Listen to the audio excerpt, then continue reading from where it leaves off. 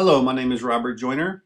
This is a two-part tutorial. In the first section, I will talk about the materials and basic techniques that I use. The objectives is just to give you some ideas of how I like to paint and what I like to paint with, how to manipulate them to achieve a variety of results, and then how to use them on a wet and dry surface. Materials for this demo will be the Strathmore 500 Series Mixed Media Premium Artboard, acrylic paint, acrylic ink, compressed charcoal, crayon, and a paintbrush. The first material I will introduce you to is the crayon. And crayons are a wonderful tool, probably one of my favorite art materials to work with. And I like to use them on a wet and a dry surface depending on the result that I'm after. Try experimenting with both of these just so you become familiar with it. And to do this, I'm just going to start with a blank board here, the Strathmore 500 artboard. And then I'm just going to wet a little section here. I apologize for that autofocus. That's going to go away in just a second. And I'm just going to use a crayon and write into that wet area. You can see how that right away that pigment dissolves. You end up with a soft, kind of almost a broken line. Now I use it on a blue crayon on that dry area. You can see how hard that line is. So experiment with those. The next material is compressed charcoal. So I tend to break my charcoal into maybe inch-long sticks. I like to use the broad side for thicker areas if I want to cover a larger area of the surface. And then also I use the tip to create a thinner line. Experiment too with the amount of pressure you put into the paper. If you put a lot of pressure, you'll end up with a heavy line. If you take the pressure off of it, then you'll end up with a much softer line. And I think it's nice to mix it up a little bit when you're painting and drawing. Always, vary your pressure into the surface. And I think that it will give you a mixed result versus just one. Acrylic paint I like to use is the heavy body paint, but experiment with fluid as well. The softer and the more thinner paints. I like heavy body because it has a little more texture to it. If you're a beginner painter, maybe you try a limited palette until you become familiar with it, and then maybe add a few more as you go. If you add water to acrylic, you will increase the transparency of it. And if you add white to any color, you're going to increase the opacity of it. So if you want to add layers, then use thinned out paint. If you want to add more opaque layers, and add white to your color, and that will make that color opaque. And again, I'm just going to add a few little areas of color just to give you a feel for the acrylic paint, and nothing really major going on there other than just letting you know what I like to use. Acrylic ink. Inks are a fabulous material. I like to use the tip or the dropper to draw with. If I want to cover a larger area, of course I use a paintbrush. And then, it creates a fantastic transparent layers, and then it also adds a nice pop of color too. So the inks are fabulous. I mean, I'd really suggest experimenting with those as well as much as possible. So I'm just going to squeeze the dropper and release it when it's in the paint, and you'll see that little the dropper fills up with ink, and then you can draw with it. So that's a lot of fun. You can create some nice long colorful lines. Again, play with that a little bit and see what you come up with. Just dipping the brush into it now. And I'm just going to go over the blue crayon. You can see how that ink the yellow ink mixed with the blue will create a kind of a green result of that blue crayon. So again, experiment as much as you can with the inks, and I think you'll enjoy that.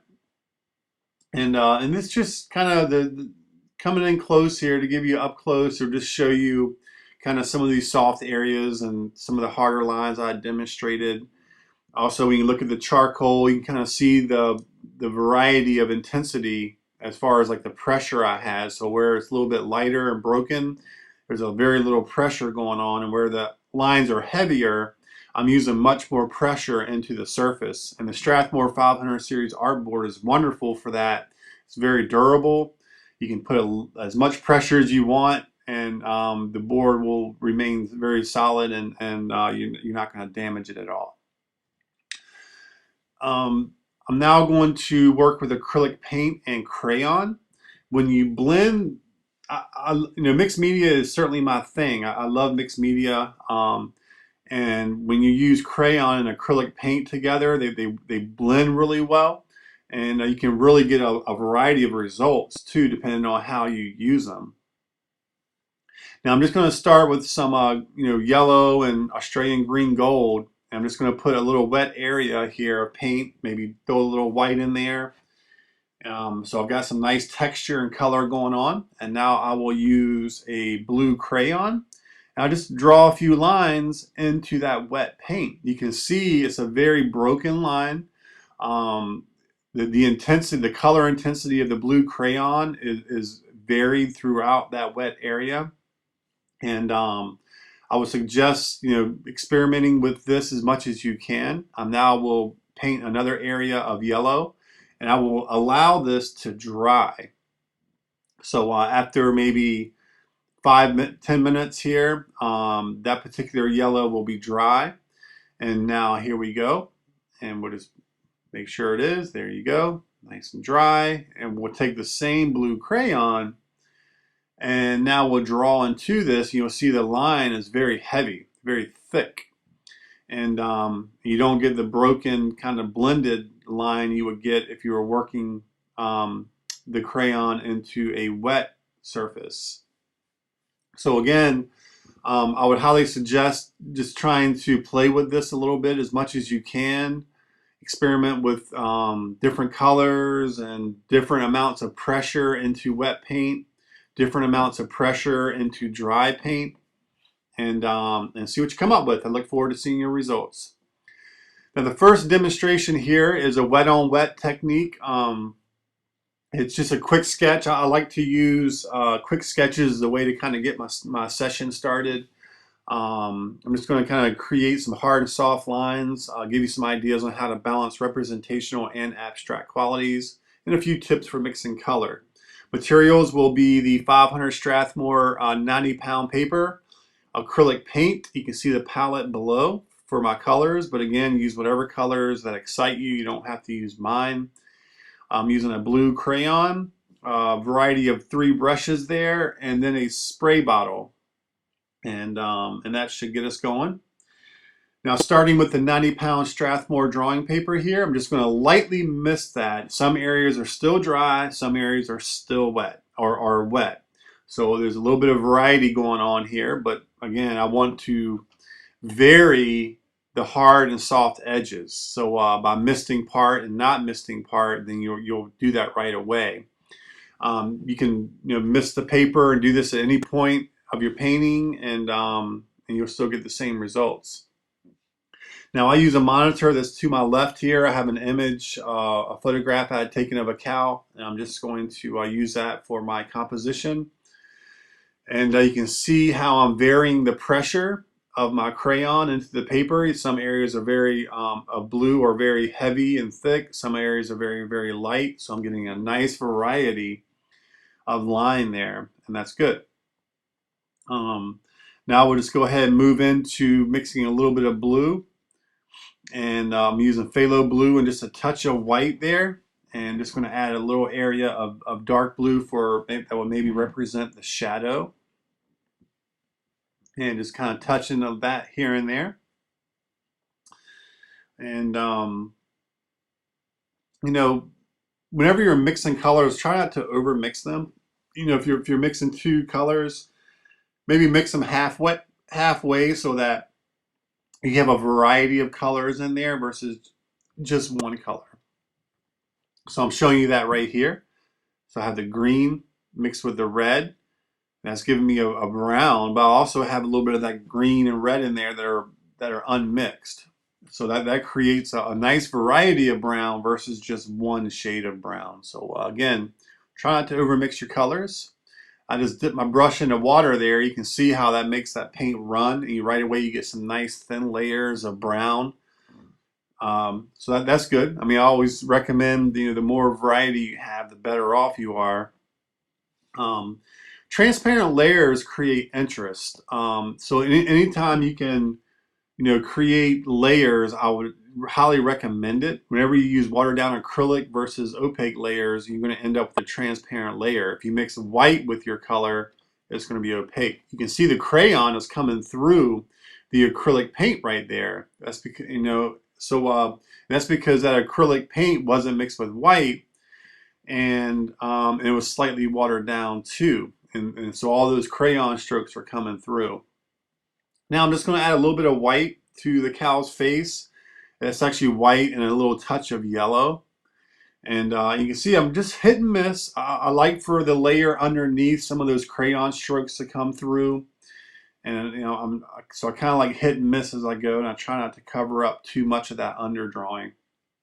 And I'm just adding some more, I guess, intense dark colors here, just to get a little more variation of dark shades. And just adding a little variety to the nose. That's probably a little bit of red and white with mixed with brown.